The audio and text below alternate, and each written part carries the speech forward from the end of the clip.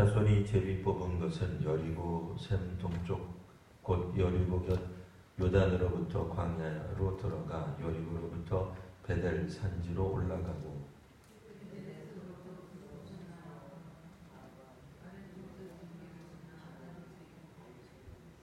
서쪽으로 내려가서 아볼리 족속의 경계와 아래 벳호론과 게세레까지 이르고 그 끝은 바다라.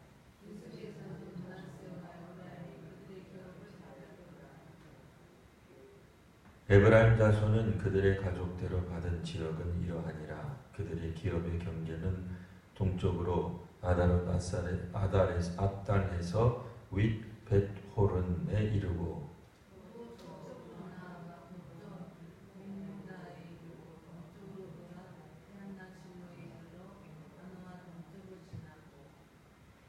야노아에서부터 아다롯과 나아라로 내려가 여리고를 만나서 요단으로 나아가고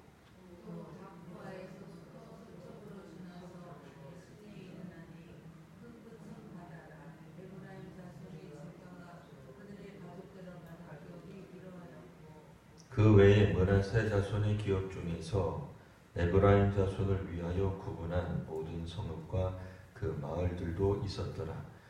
그들이 게셀에 거주하는 가나안 족속을 쫓아내지 아니하였으므로 가나안 족속이 오늘까지 에브라임 가운데 거주하며 노역하는 종이 되니라. 아멘. 10절 되는 비교적 조금은 짧은 이제 구절로 구성되어 있습니다. 앞에 우리가 읽었던 유다 지파는 매우 긴 이야기가 기록되어 있었다면 요셉 지파, 요셉 자손, 두 지파죠. 요셉 아들 므낫세와 에브라임 16장 4절에 나와 있는 것처럼 요셉은 요셉 혼자, 그러니까 요셉 지파로 있지 않았습니다. 이게 보통은 루벤, 그럼 이제 루벤 지파가 혼자 있는 거예요. 하나 있는 거죠. 야곱의 아들 12, 각각 한 사람 앞에 한 지파를 형성하는 게 맞죠. 우리도 시족이 보통 그렇게 돼 있잖아요. 그래서 한 형제로 하여금 한 가문이 나중에 발전되기 마련인데 요셉 경우에는 이제 두 지파가 이렇게 축복을 받는 이런 장면이 나옵니다. 그도 그럴 것이 요셉이 그 이스라엘 백성들이 그 애굽에 정착하게 되는데 아주 지대한 역할을 하게 됩니다.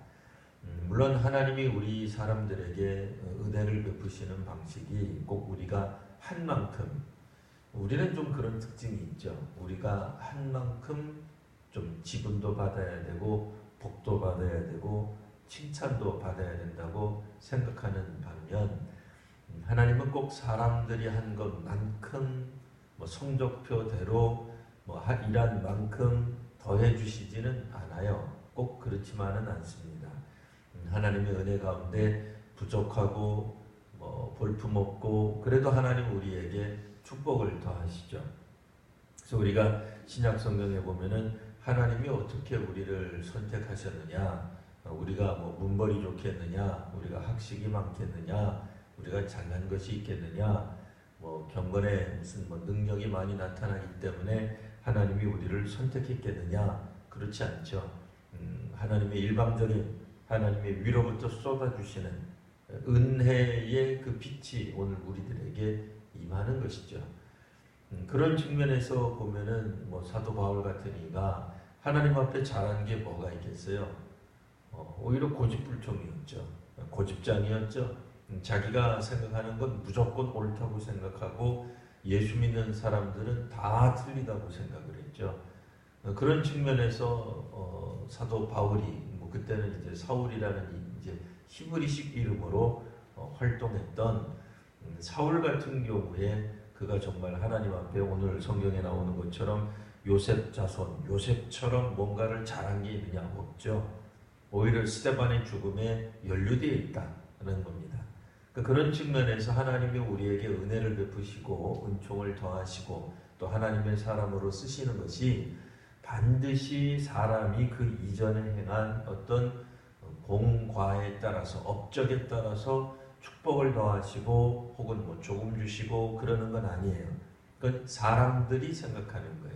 사람들이 생각할 때 내가 어떤 집단에 혹은 어떤 신앙 공동체에 노력을 많이 하고 수고를 많이 하고 은혜를 많이 끼쳤으니까 더 많은 뭐 연말에 혹은 뭐 말년에 더 많은 복을 받아야 되겠다 생각하는 건 그건 사람들이 하는 거예요. 그러나 어쨌든 우리가 아시는 바와 같이 요셉이 만약 없었더라면 그 요셉이 그 겪은 고통에 대해서는 우리 모두가 다 잘 아십니다. 이제 요셉의 동생은 뭐 당연히 그 일에 가담하기 어려웠겠죠. 가담할 수도 없었겠죠. 하지만 요셉의 형들은 요셉을 죽이려는데 이제 다 뜻을 같이 합니다. 실제로는 사실은 죽이려고 했다가 유다가 좀 말리죠. 뭐 꼭 우리가 손에 피를 묻힐 필요가 있겠느냐, 꼭 뭐 죽여야만 되겠느냐, 그렇게 몇 번 하다가 유다가 없는 틈을 타가지고 그만 다른 형들이 우리 아시는 바와 같이 다른 곳에 팔아버리게 되는 이제 일이 벌어지게 되는 겁니다. 그러니까 이제 나머지 이제 형들은 어쨌든 뭐 도중에 말렸던 어쨌든 요셉을 죽이거나 혹은 이제 파는데 뜻을 같이 했던 사람들, 아버지를 속인 사람들로서 이제 묘사되고 있는데 요셉이 그 형들을 기꺼이 용서하고 용서뿐이 아니라 하나님의 뜻을 추구하죠. 하나님의 뜻을 붙잡죠. 그렇기 때문에 그 집안이 이제 애굽에 정착하게 되는 중요한 기틀을 마련하게 됩니다. 우리 아시는 바와 같이 이제 야곱이 죽기 전에 그런 의미에서 요셉에게 축복을 더합니다. 그래서 다른 지파에게는 다른 아들에게는 각각 하나의 축복을 낸다 그러면 요셉에게는 2배의 축복을 내서 오늘 우리가 아시는 바와 같이 4절에 있는 것처럼 므낫세와 에브라임, 그러니까 다른 사람들은 다 직접적으로 야곱의 아들들이에요. 야곱의 아들들. 근데 므낫세와 에브라임은 그러니까 므낫세 지파, 에브라임 지파라고 이야기할 때 므낫세와 에브라임은 손자가 되는 거예요. 그 이제 학렬로 따지면은 아들이 아니라 이제 손자가 되는 이유는 뭐겠어요? 뭐 손자에게까지 축복이다 그 뜻이 아니라 요셉은 한 사람이고 요셉의 아들들은 2명이기 때문에 2배의 축복을 준다라는 의미에서 요셉에게 직접 축복을 준 게 아니라 그 아들들에게 축복을 줘서 결국에는 지파가 되는 거예요. 하나의 중요한 가문이 되는 겁니다. 그래서 우리가 보통 교회 학교에서 배울 때는 이스라엘의 12지파가 뭐냐? 그 12아들이다. 근데 12아들인데 2명은 아닌 거죠. 아들이 아니라 손자인 거죠. 이제 다 배웠습니다. 나중에 다시 한번 물어볼 때 12지파가 어떻게 형성됐고 야곱의 아들들입니다. 맞기는 맞는데 정답은 아닌 거예요. 그건 이제 초급반 할 때는 이제 야곱의 아들이에요. 중급 들어가면은 어떻게 돼요? 중급 들어가면 손자도 있습니다. 그리고 고급반에 들어가면 뭐죠? 실제로 이스라엘의 지파수를 나중에 여호수아 때 세어보면 몇 개다? 12래요? 13이에요? 13이 돼요. 헷갈리기 시작하죠. 헷갈리시면 안 됩니다. 고급반 하는 거예요. 지금 고급반. 여호수아 시대 때 우리가 이제 지파 수를 세워보면 12이 아니라 13이 돼요. 왜냐면 레위 지파까지 있잖아요. 레위 지파. 그래서 이 땅의 분배는 근데 레위 지파는 빼고 이 2 지파가 이때부터 이제 나타나는 거예요. 요셉의 아들 므낫세와 에브라임이 이제 그 지파로서 땅을 분배받을 때 나타나서 실제로는 이때는 13지파, 지파 이름이 13이 돼버려요. 13이. 그래서 조금 헷갈릴 수 있습니다만 여하튼 기본적으로 우리가 알고 있다라고 이제 보시고요. 자, 요셉 자손은 제비를 뽑아서 이제 땅을 영토를 받게 됩니다. 모든 지파가 다 그 원해서 갈렙처럼 유다 지파 갈렙처럼 내가 헤브론 땅을 좀 가져야 되겠습니다. 여호수아 나한테 좀 주세요. 이렇게 이야기한 게 아닙니다. 그렇지 않아요. 그렇지 않고 요셉 지파처럼 요셉 지파든 이제 제비를 뽑아서 땅을 이제 분배를 받습니다. 근데 이제 오늘 어쨌든 이제 그 에브라임, 오늘 본문에서는 이제 에브라임 이제 둘째죠. 므낫세와 에브라임 이 순서대로 나온 겁니다. 장자와 둘째 아들, 큰 아들과 둘째 아들. 자, 근데 이제 둘째 아들의 기업에 관한 얘기가 쭉 나옵니다. 어쨌든 경계가 나오는데 우리가 이제 앞에서 읽었던 유다 지파보다는 굉장히 짧게 기록된다는 걸 알게 됩니다. 그리고 조금은 좀 두리뭉실, 이제 앞으로는 이제 점점 다른 지파의 경계는 조금은 명확하지 않을 수도 있어요. 유다 지파가 그만큼 굉장히 자세하고 상세하고 명확하게 기록된 반면 다른 지파는 좀 어쨌든 분량이 좀 작다 이렇게 이제 생각을 하시면 됩니다. 유다 지파가 그만큼 큰 땅, 큰 넓은 아주 그와 같은 그런 것을 이제 분배를 받았다면 다른 지파들은 이제 그런 특징은 없고 적당하게 우리가 잘 알고 있는 것처럼 그냥 비슷비슷하게 이제 이렇게 나누어 받게 됩니다. 자, 이제 9절에 보시면 조금 이상한 표현이 있어서 이 표현 하나랑 그다음에 10절, 9절과 10절만 우리가 한번 더 집중적으로 살펴보겠습니다. 9절 보시면 므낫세 자손의 기업 중에서 에브라임 자손을 위하여 구분한 성읍, 마을들도 있더라 라는 표현이 나옵니다. 므낫세도 이제 하나의 지파로 우리가 이해를 하고 또 에브라임도 하나의 지파로 이해를 하는데 어찌된 일인지 므낫세 자손의 기업 중에서 에브라임 자손이 이 무슨 얘기겠어요?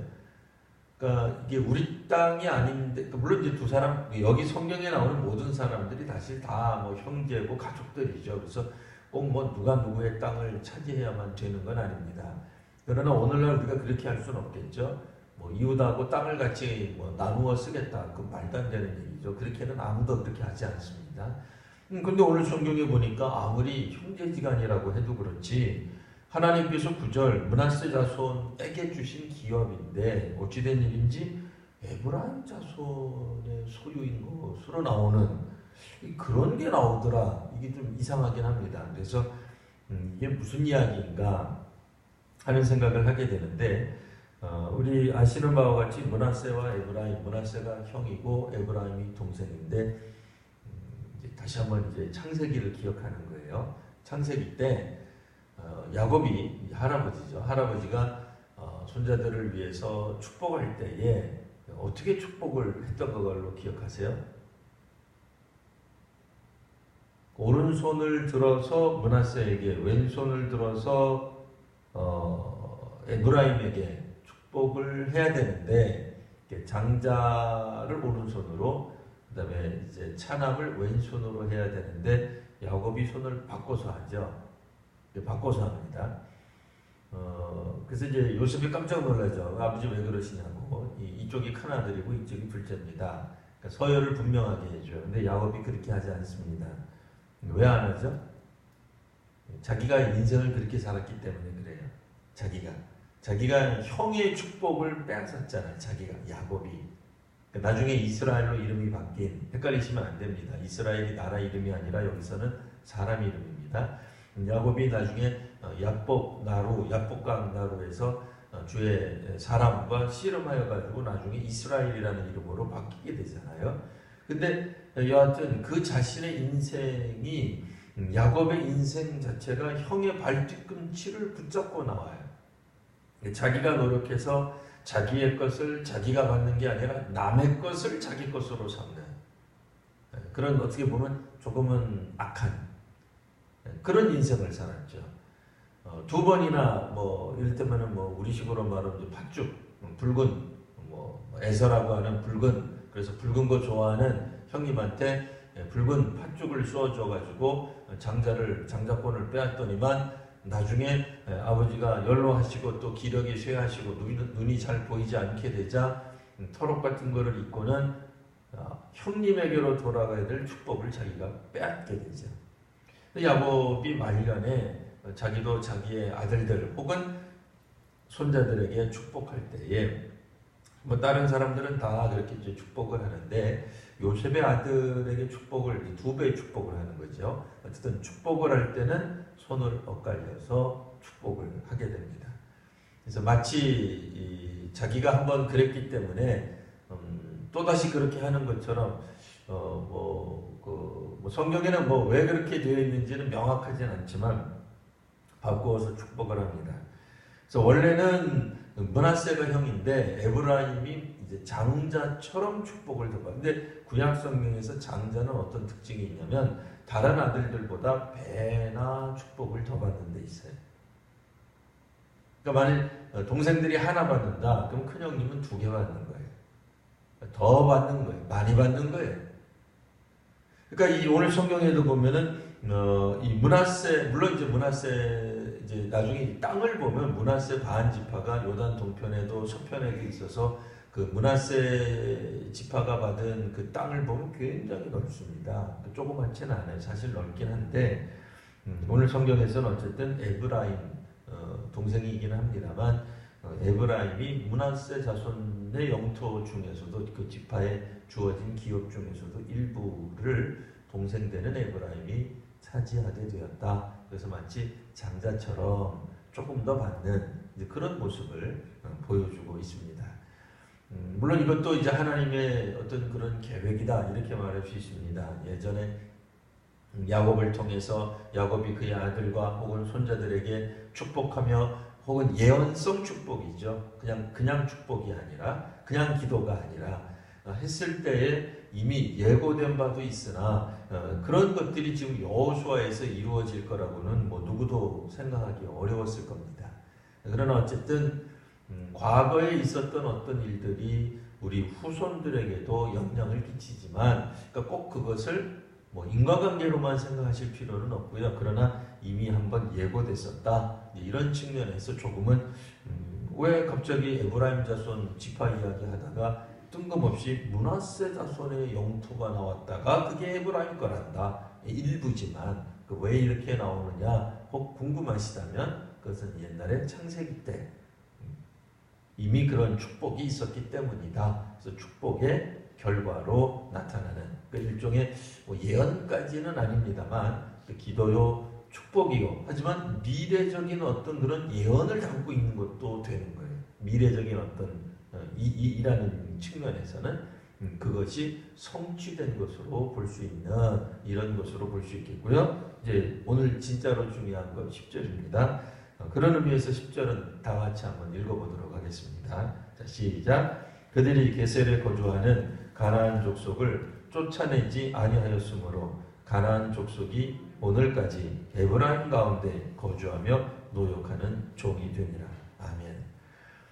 자, 야곱이 엄청난 축복을 받았다라는 것을 우리가 기억하고 있습니다. 그러니까 물론 이제 유다 지파는 나중에 그 북이스라엘, 남유다로 나뉠 만큼 이스라엘을 대표하는 이름이 2개가 있어요. 그러니까 뭐 당연히 이스라엘이라는 이름이 있겠고요. 또 한 가지가 유다. 그래서 우리가 유대민족, 유다 백성 그 얘기하잖아요.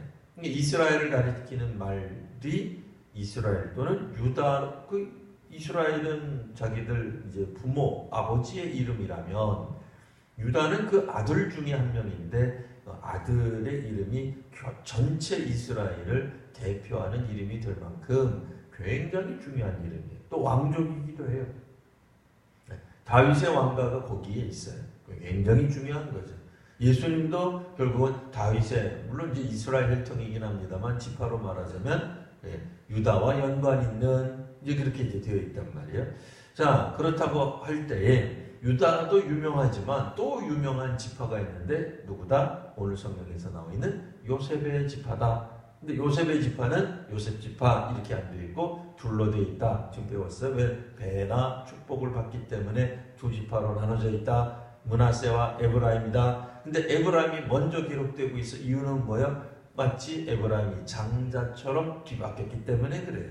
예. 그래서 이제 어쨌든 에브라임이 먼저 나오는 거예요. 자, 그러니 이 요셉의 축복 가운데서 차남인 에브라임이 그래서 므낫세 형님 지파의 땅 중에 일부도 에브라임이 가질 만큼 에브라임이 축복의 축복을, 뭐 특혜까지는 아닙니다만 축복의 축복을 받고 있는데, 그러니까 그런 의미에서 굉장히 상징적인 구절이 기록된 반면 10절은 그러면 뭐냐 이거예요.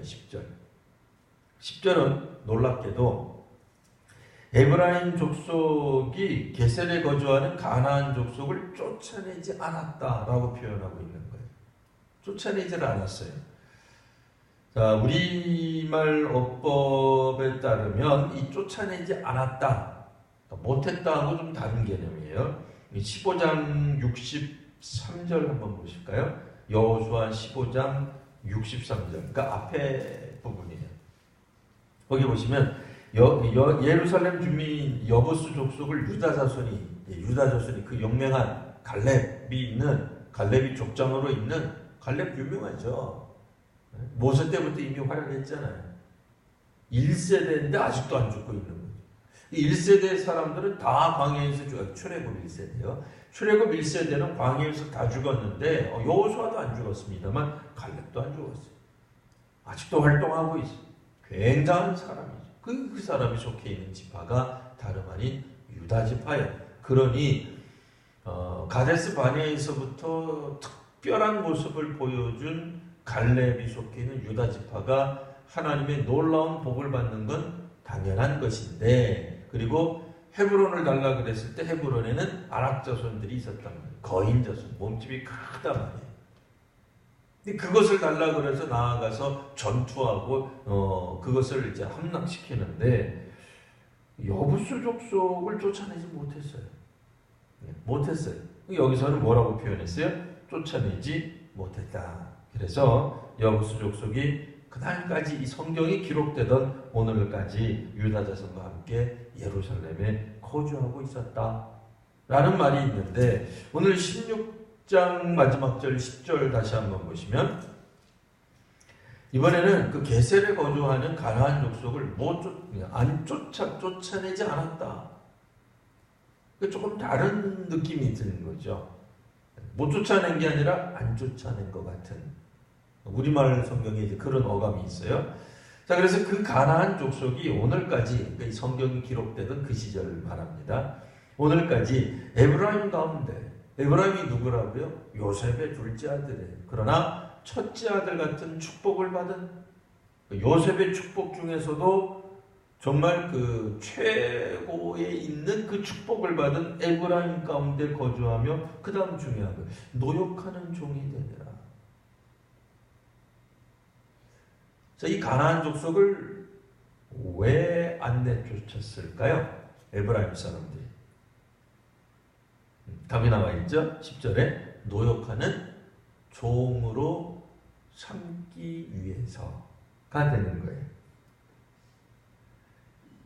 자, 에브라임 지파는 이 마땅히 하나님의 말씀대로 그 땅에 있는 모든 가나안 사람들, 그러니까 자기들 지파에게 주어진 그 땅들이 있거나 영토가 있거나 어떻든 분할되가 있으면 그 안에 있는 어떤 형태의 가나안 사람들이든 하나님을 믿지 않으면 다 내쫓아야만 했어요.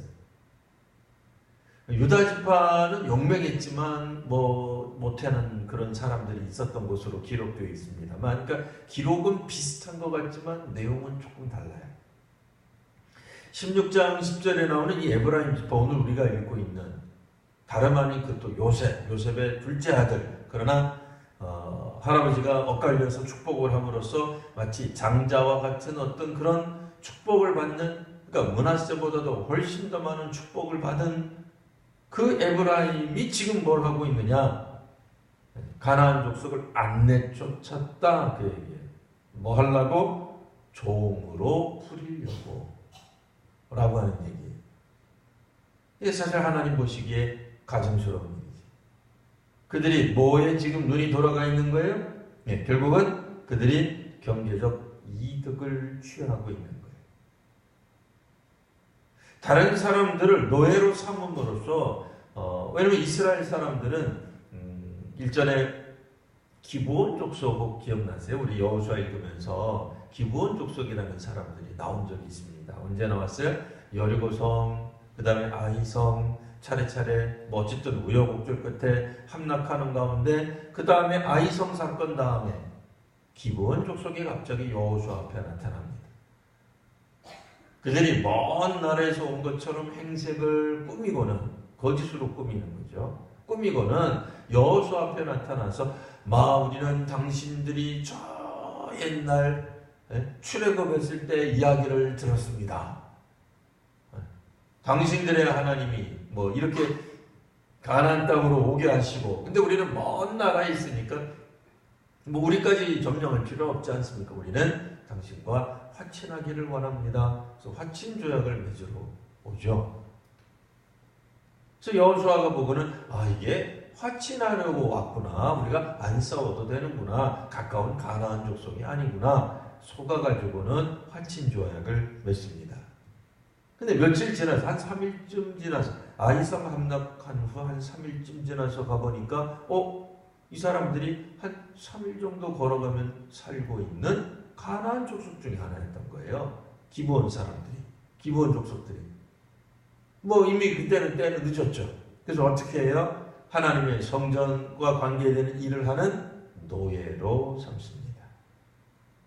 사실 이거는 여호수아와 족장들이 계약을 체결했기 때문에, 여호와의 이름으로 맹세를 했기 때문에 비록 기브온 사람들이 거짓말한 거지만 어떻게 할 수가 없는 거예요. 그래서 그들을 노예로 삼는, 종으로 삼는 일이 벌어지게 돼요. 아마 여기서 힌트를 얻었을 것 같아요. 에브라임 사람들이. 그러면 우리도 우리 안에 있는 가나안 사람들을 적당히 구슬리면 우리들의 종으로 삼을 수 있겠구나 생각한 것 같아요. 근데 기브온 사람들은 어디에 봉사했다고요? 하나님의 성전과 관계되는 일을 하도록 노예가 된 거예요. 각자 부족들, 각자 지파들을 위한 종이 아니에요. 하나님의 일을 더 옆에서 하게 하고 더 힘든 일을 하게 하고, 실제로 우리가 집안일도 어렵고 우리 회사 일도 어렵고 직장 일도 어렵지만 더더욱 신중해야 되는 게 뭐예요? 교회 일이죠. 하나님 일이잖아요. 이거는 더 신중해야 되는 거예요. 더 헌신해야 돼요. 더 준비 잘해야 되는 거예요. 근데 그런 일을 하도록 기브온 족속을 일종의 노예로 삼은 것인데, 그러니까 그들을 죽이지 않는 대신 노예로 삼은 것인데, 에브라임 사람들이 오늘 성경에 보니까 가나안 족속 중 일부를 쫓아내지 못하고가 아니고 속아서가 아니고 쫓아내지 않고 그들의 종으로 삼았다 하는 거예요. 한마디로 요약하면 뭐겠습니까? 이들은 경제적 이익을 얻기 위해 일부러 가나안 족속 중 일부를 쫓아내지 않았다. 자기네들 편하게 살려고 쫓아내지 않았다. 이렇게 말할 수 있겠습니다. 오늘 본문 안에는 그런 얘기가 나오지 않습니다만, 훗날 에브라임 지파가 타락하는 원인, 결정적 원인으로 이 족속이 작용하게 됩니다. 하나님의 사람들은 하나님이 주신 것으로 살아가야 됩니다. 하나님 주신 것이 아니면 우리에게 결코 복이 되지 않습니다. 남의 것 요령 피우고 또 혹은 남의 것을 빼앗아서 자기 것인 양 삼고 해서는 결코 우리에게 복이 되는 것이 아닙니다. 하나님이 우리에게 주신 것이 비록 힘들고 거친 땅이 될 수도 있습니다. 노예가 없을 수도 있어요. 나를 돕는 사람이 없을 수도 있습니다. 우리가 직접 수고하고 땀을 흘려야만 우리에게 주어진 것들을 먹을 수 있고 수확해낼 수도 있어요. 어떤 사람들은 이야기해요. 누구는 나면서부터 금수저가 돼서 어쩌고 저쩌고 그런 거 되고 싶지만 그 사람들은 그 사람들대로 살아가는 거고 우리는 우리대로 살아가는 거예요. 우리가 수많은 노력을 해가지고 뭘 하나 이루었는데 다른 사람들이 우리에게 박수 쳐주지 않을 수도 있습니다. 알아주지 못할 수도 있습니다. 그렇다고 해서 억지로 나의 수고를, 우리가 한 수고를 대가를 받아야 되겠다고 억지로 하나님 주시지 않는데라는 얘기예요. 하나님 주시지 않는데 우리 스스로 챙겨가는 건 옳지 않습니다. 혹여 이 땅에서 우리가 박수 받지 못한다면, 이 땅에서 상급을, 보상을 받지 못한다면 하나님이 반드시 우리에게 보상해 주실 것을 우리는 믿습니다. 근데 사람들이 너무 다급한 나머지 이 땅에서 보상을 바라는, 이 땅에서 박수 받고 싶은 거예요. 이 땅에서 칭찬받고 싶은 거예요. 이 땅에서 누리고 싶은 거예요. 자기도 좀 편하게 살고 싶고 이제는 때가 되었기 때문에, 그게 과연 하나님 기뻐하시는 뜻일까? 에브라임이 어떤 의미에서 보면 축복의 정점에 가 있다, 이렇게도 말할 수 있습니다. 물론 이제 유다 지파도 그렇긴 합니다만 축복 중에 축복이죠. 당연히 물론 유다는 용맹해서, 갈렙은 용맹해서 모세 때부터 저 옛날 가데스 바네에서부터 가나안 땅 정탐했을 때 이미 이름을 날렸던, 그래서 둘 중에 한 명은 모세 이후에 최고 지도자가 되고 한 명은 유다 지파의 어른이 되는 거예요. 그들도 상당한 축복을 받습니다만 기본적으로 가나안 땅 들어간다는 게 뭐겠어요? 이거 어떻게 가나안 땅 들어가는 거? 출애굽한 거 아니에요? 자기들끼리 모여서 얘기하면 누가 우리 중에 제일 큰 축복을 받은 거냐? 누가 제일 큰 어른이 돼야 되겠느냐? 뭐 그런 얘기 한다 그러면 정치 지도자는 뭐 여호수아가 하고 있어요. 그러나 나중에 정치 지도자는 누가요? 유다 지파가 하잖아요. 왕이 나오니까. 12지파 정탐꾼 보냈을 때 하나님의 말씀에 따라 용감하게 정탐하고 돌아와서 이스라엘을 지도하려고 했던 여호수아와 갈렙이 번갈아 가면서 정치적 지도자 역할을 하는 거예요. 근데 실질적인 축복이라고 말을 할까요? 그럼 누구 때문이라고 말하겠어요? 요셉이라고 말하지 않겠어요? 요셉이 아니었다면 출애굽했겠어요? 애굽에 가서 잘 살 수 있었겠어요? 물론 나중에 요셉을 모르는 왕 때문에 문제가 좀 복잡해지기는 했으나 어쨌든 요셉 때문에 이스라엘 전체가 살아남은 것 아니겠어요? 그러니 가나안 땅 들어가서 당연히 요셉의 아들들 두 지파가 축복받는 건 당연한 거예요. 게다가 정말 이상한 거죠. 이스라엘 사람들이 볼 때 우리도 이상한 거죠. 동생인데 동생이 마청 노릇을 하는 거예요. 사람들이 그거 보면서 뭐 하겠어요? 야, 정말 사람이 자기 값을 해야 되는구나, 그런 생각하지 않겠어요? 뭐 어쨌든 물론 이제 에브라임이 뭘 잘했다는 게 아니에요. 축복을 그렇게 받은 거예요. 야곱 때문에 축복을 그렇게 받으니까 동생이지만 복을 더 벌 수 있는, 우리도 그 삶을 살고 있잖아요. 우리는 이스라엘 사람 아니지만, 한국 사람이지만, 조선 사람이지만 하나님이 복 주셔서 전 세계 교회 누구도 누리지 못했던 영광을 누려봤잖아요.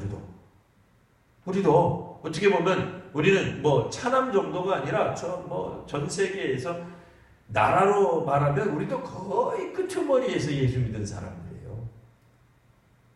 우리가 지금은 뭐 선교한국이라 그래가지고 뭐 일본 가서 선교한다 그러고, 뭐 중국 가서 한다 그러고, 뭐 어디 뭐 태국 가서 한다 그러고 그러죠.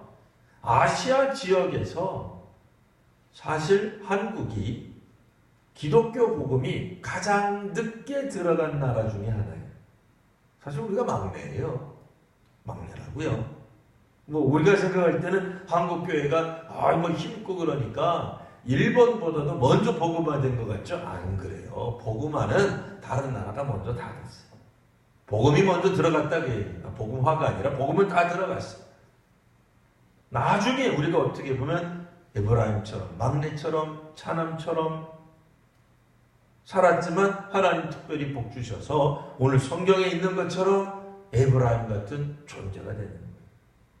자, 그러니 축복의 정점, 이 가나안 입성에 있어서 온전히 누리는 이런 놀라운 축복의 에브라임 지파가 있는 건 어찌 보면 당연하다라고 말할 수 있어요. 근데 에브라임 지파가 그만 유혹에 빠져버리는 겁니다. 편하게 살고 싶은 거예요. 정을 부리며 살고 싶은 거예요. 호화롭게 살고 싶은 거예요. 잘 누리며 살고 싶은 거예요. 물론 다른 지파보다도 훨씬 더 뭐 그런 건 아닐 거예요.